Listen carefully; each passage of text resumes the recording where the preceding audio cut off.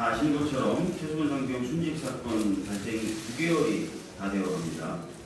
그리고 억울한 죽음의 배경으로 알려진 지휘관의 무리한 입수 지시, 그리고 사건의 진상을 밝혀내기 위해 최선을 다한 수사단장은 오히려 지금 항명죄로 재판을 받고 있고, 정작 사단장 및 장차관 등 순직 사건과 또 외압 사건 관련된 지휘관계에 있었던 사람들은 아무런 책임을 지지 않고 있습니다.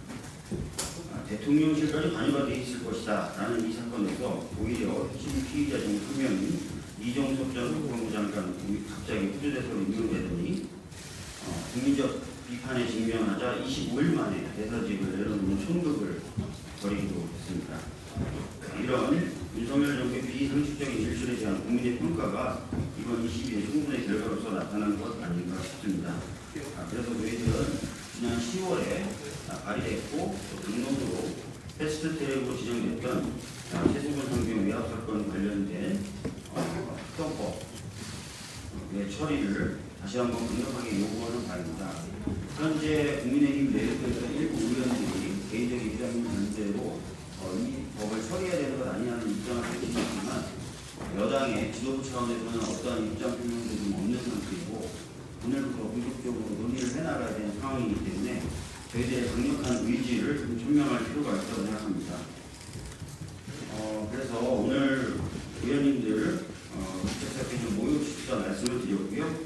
더불어민주당의 116명의 의원님들이 연병을 해주셨습니다. 그리고 이 자리에 많은 분들이 참석을 해주셨습니다. 좀 시간이 걸리더라도 저희들의 의지를 좀 밝히는 차원에서 참석한 의원님들을 소개를 좀 해드리도록 하겠습니다.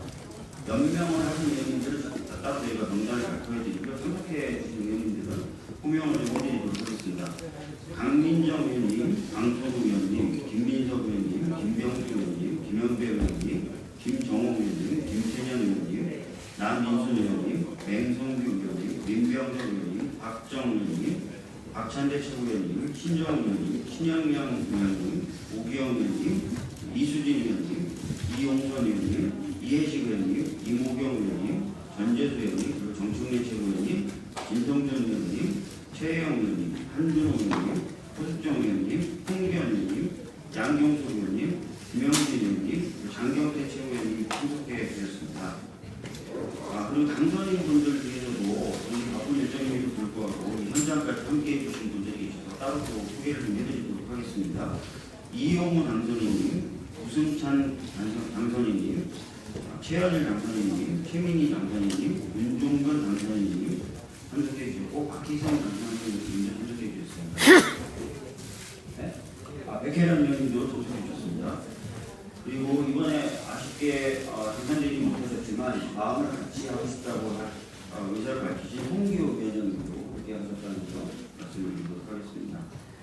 방식은 좀 기자회견 방식 이렇게 진행을 하도록 하겠습니다. 이 자리에 함께해 주신 정청래 최고위원님과 박찬대 최고위원님이 대표 발언을 해주시고 기자회견문 낭독을 하겠는데요. 기자회견문 낭독은 현역 의원님의 해병대 출신입니다. 전재수 의원님 그리고 당선인 중에서는 이 사건에 지속적으로 관심을 가져오셨던 부승찬 당선인님이 기자회견문을 읽어주셨습니다.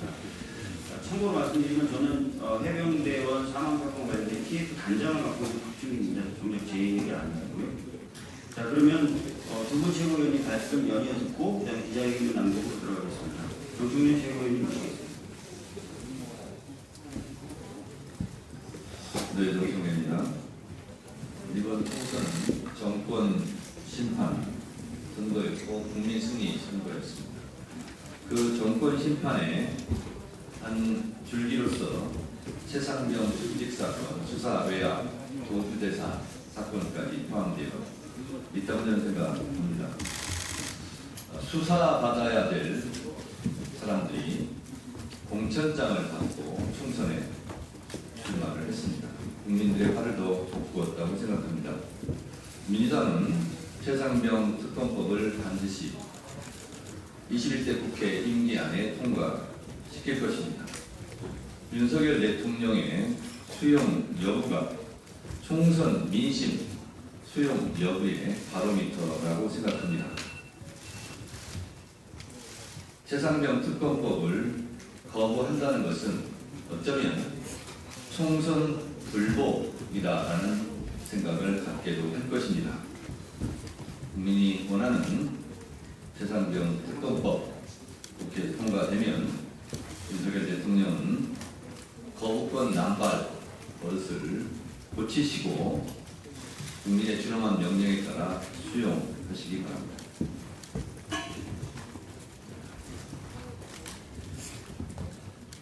최상병 특검법 수용 여부는 국정 쇄신의 시금석입니다. 무신분립이라는 말처럼 정부가 공정하고 상식적인 국정 운영을 할 거라는 신뢰가 무너지면 국정 운영은 불가능합니다. 김건희 특검과 최상병 특검은 대표적인 공정과 상식에 관한 과제입니다. 권력을 사유화하고 수사를 방해했다는 의혹을 털지 않는다면 앞으로 윤석열 대통령이 콩으로 매주를 쓴다고 해도 믿을 국민은 아무도 없을 것입니다. 국민의힘에서도 특검법을 전향적으로 검토해야 한다는 목소리가 나오고 있습니다. 최상병 특검법의 경우 21대 국회에서 당장 처리가 가능합니다. 나라를 지키려고 유죄했다 숨진 최상병 사건의 진상을 밝히자는 것을 반대할 아무런 명분도 없습니다. 윤석열 대통령은 총선으로 나타난 주권자, 국민의 뜻을 수용하기를 바랍니다. 국민은 총선을 통해 거부권을 행사한 대통령에게 거부권을 행사했습니다. 또다시 국민의 뜻을 거부하려 든다면 그때는 정말로 파국을 맞게 될 뿐입니다. 윤석열 대통령과 국민의힘은 최상병 특검부터 즉시 수용하겠다고 국민께 밝히십시오. 이상입니다. 기자회견 남겨드리겠습니다.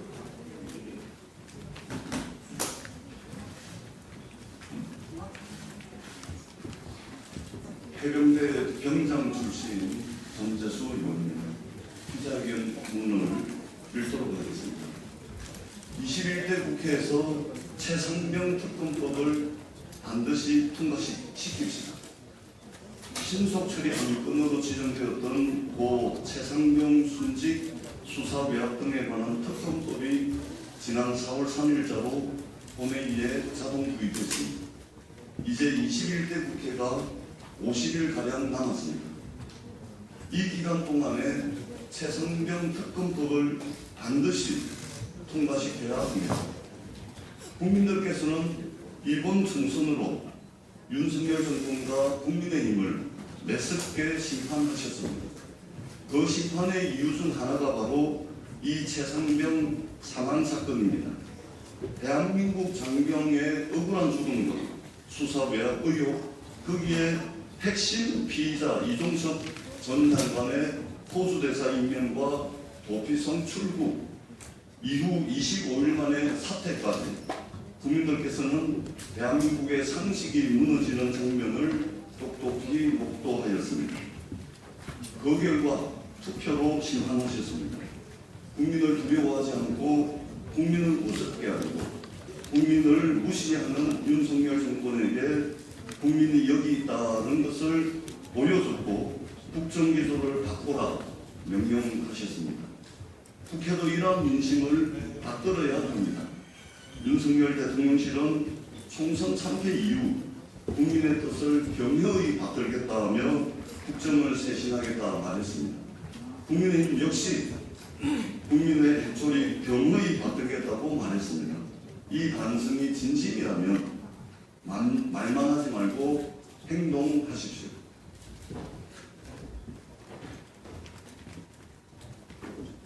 당선인 구성찬입니다. 국민의힘에게 요구합니다. 21대 국회에서 최상병 특검법을 여야 합의로 통과시킵시다. 윤석열 정권과 국민의힘에게 주어진 마지막 기회입니다. 만일 이 기회를 차버린다면 총선 패배가 아니라 더 큰 국민의 심판을 받게 될 것입니다. 정녕 민심을 무겁게 받아들인다면 지금 당장 통과 협조에 나서주십시오. 김진표 국회의장님께도 간절히 부탁드립니다. 김진표 국회의장님께서는 지난 6월 임시회 개회사에서 총선 후 50일 남짓의 시간을 하루도 허투루 보내지 않겠다. 마지막 날까지 철저히 임하겠다고 하셨습니다.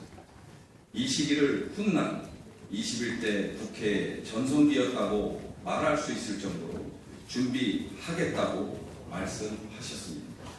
최상병 특검법을 처리하는 것이 그 말을 실천하는 일입니다.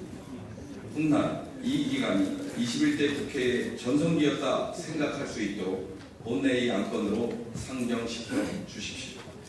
최상병 특검법을 본회의에서 통과시키는 마느냐는 21대 국회가 할 일을 하는 국회였는가 아닌가의 기준이 될 것입니다.